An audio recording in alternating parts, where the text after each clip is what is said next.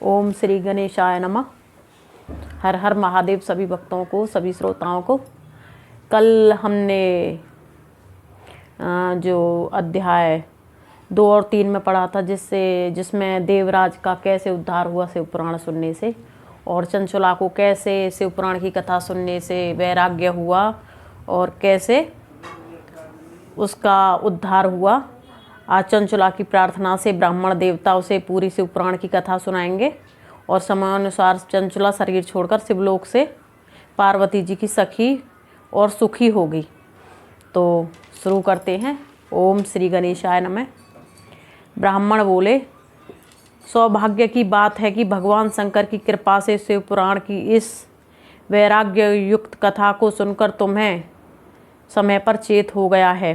ब्राह्मण पत्नी, तुम डरो मत, भगवान शिव की शरण में जाओ। शिव की कृपा से सारा पाप तत्काल नष्ट हो जाता है।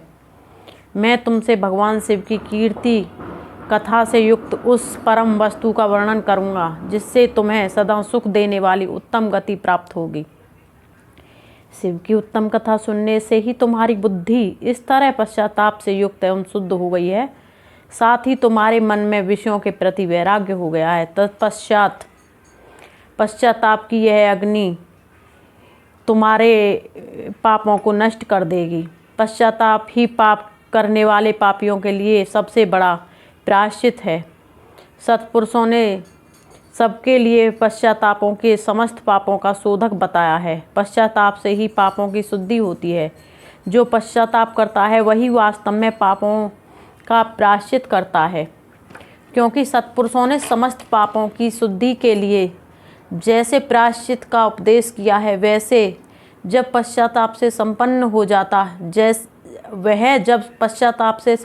जाता है, जो पुरुष विधि पूर्वक प्रायश्चित करके निर्भय हो जाता है, वह अपने कुकर्म के लिए पश्चाताप नहीं करता।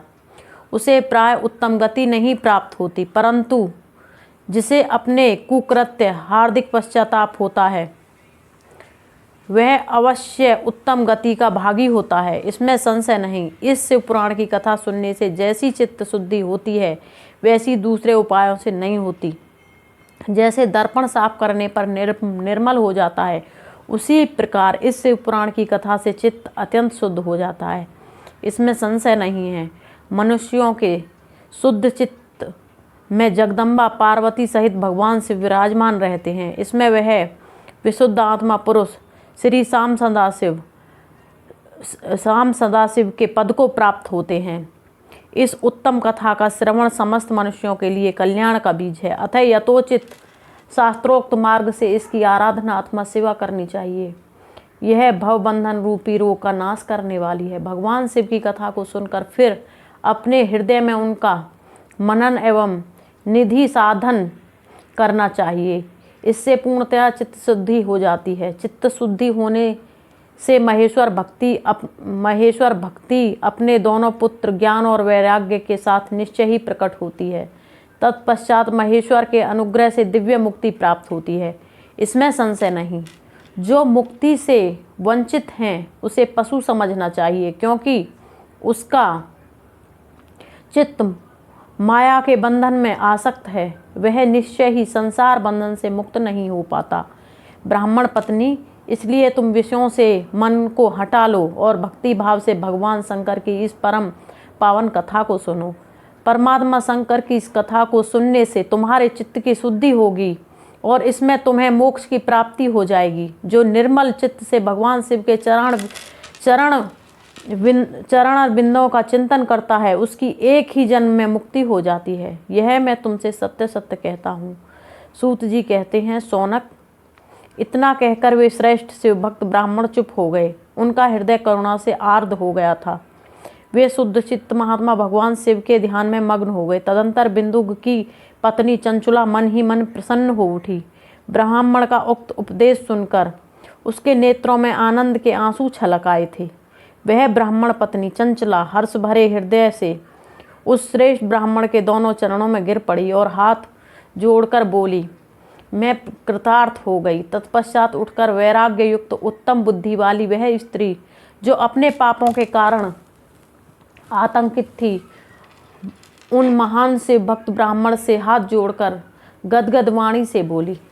चंचुला ने कहा, ब्रह्मण, शिव भक्तों में श्रेष्ठ स्वामिन, आप धन्य हैं, परमार्थदर्शी हैं और सदा परोपकारों में लगे रहते हैं, इसलिए श्रेष्ठ साधु पुरुषों में प्रशंसा के योग्य हैं। साधो, मैं नरक के समुद्र में गिर रही हूँ, आप मेरा उद्धार कीजिए, उद्धार कीजिए। पौराणिक अर्थ तत्व में संपन्न जिस सुंदर शिव पुराण की कथा को सुनकर मेरे मन में संपूर्ण विषयों से वैराग्य उत्पन्न हो गया, उसी इस शिव पुराण को सुनने के लिए इस समय मेरे मन में बड़ी श्रद्धा हो रही है। सूत जी कहते हैं, ऐसा कहकर हाथ जोड़कर उनका अनुग्रह पाकर चंचला उस शिव पुराण की कथा को सुनने की इच्छा से मन लिए ब्राह्मण देवता की सेवा में तत्पर वहाँ रहने लगी। तदंतर शिव भक्तों में श्रेष्ठ और शुद्ध बुद्धि वाले उन ब्राह्मण देव ने उसी स्थान पर उस स्त्री को शिव पुराण की उत्तम कथा सुनाई। इस प्रकार उस गोकर्ण नामक महाक्षेत्र में उन्हीं श्रेष्ठ ब्राह्मण से उसने शिव पुराण की वह परम उत्तम कथा सुनी, जो भक्ति, ज्ञान और वैराग्य को बढ़ाने वाली थी तथा मुक्ति देने वाली थी। उस परम उत्तम कथा को सुनकर वह ब्राह्मण पत्नी अत्यंत कृतार्थ हो गई। उसका चित्त शीघ्र ही शुद्ध हो गया था। फिर भगवान शिव के अनुग्रह से उसके हृदय में शिव के सगुण रूप का चिंतन होने लगा। इस प्रकार उसने भगवान शिव में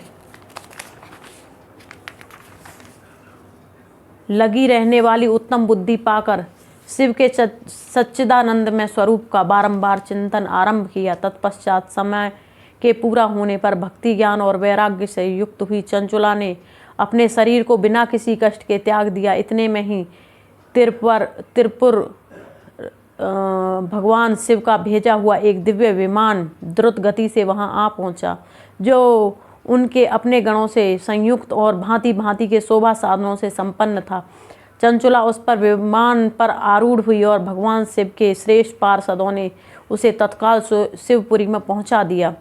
उसके सारे मल धुल गए थे। वह दिव्य रूप धारणी दिव्यांगना हो गई थी। उसके दिव्य अवयव उसकी शोभा बढ़ाते।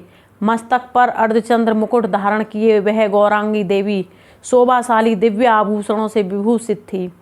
शिवपुरी में पहुंचकर उसने सनातन देवता त्रिनेत्रधारी महादेव जी को देखा। सभी मुख्य देवता उनकी सेवा में खड़े थे। गणेश, भृंगी, नंदीश्वर तथा वीरभद्र आदि उनकी सेवाओं में उत्तम भक्ति भाव से उपस्थित थे। उनकी अंग कांति करोड़ों सूर्यों के समान प्रकाशित हो रही थी। कंठ में नील चिन्ह शोभा पाता था। 5 मुख और प्रत्येक मुख में 3-3 नेत्र थे। मस्तक पर अर्धचंद्रकार मुकुट शोभा देता था। उन्होंने अपने वामांग भाग में गौरी देवी को बिठा रखा था, जो विद्युत पुंज के समान प्रकाशित हो रही थी। गौरीपति महादेव जी की कांति कपूर के समान गोरी थी। उनका सारा शरीर श्वेत भस्म से भासित था। शरीर पर श्वेत वस्त्र शोभा पा रहे थे। इस प्रकार परम उज्ज्वल भगवान शंकर का दर्शन करके वह ब्राह्मण पत्नी चंचला बहुत प्रसन्न हुई। अत्यंत प्रीति युक्त होकर उसने बड़ी उतावली के साथ भगवान को बारंबार प्रणाम किया। फिर हाथ जोड़कर वह बड़े प्रेम, आनंद और संतोष से युक्त विनीत भाव से खड़ी हो गई। उसके नेत्रों से आनंद अश्रुओं की अविरल धारा बहने लगी। संपूर्ण शरीर में रोमांच हो गया। उस समय भगवती पार्वती भगवान शंकर ने उसे बड़े करुणा के साथ अपने पास बुलाया और सौम्य दृष्टि से उसकी ओर देखा। पार्वती जी ने जो दिव्य रूप धारणी बिंदु प्रिया चंचुला को प्रेम पूर्वक अपनी सखी बना लिया, वह उस परमानंद ज्योति स्वरूप सनातन धाम के अविचल निवास पाकर दिव्य सौख्य से संपन्न हो गई, अक्षय सुख का अनुभव करने लगी। बोल शंकर भगवान की जय। आदिशक्ति जगदम्बा माता पार्वती की जय।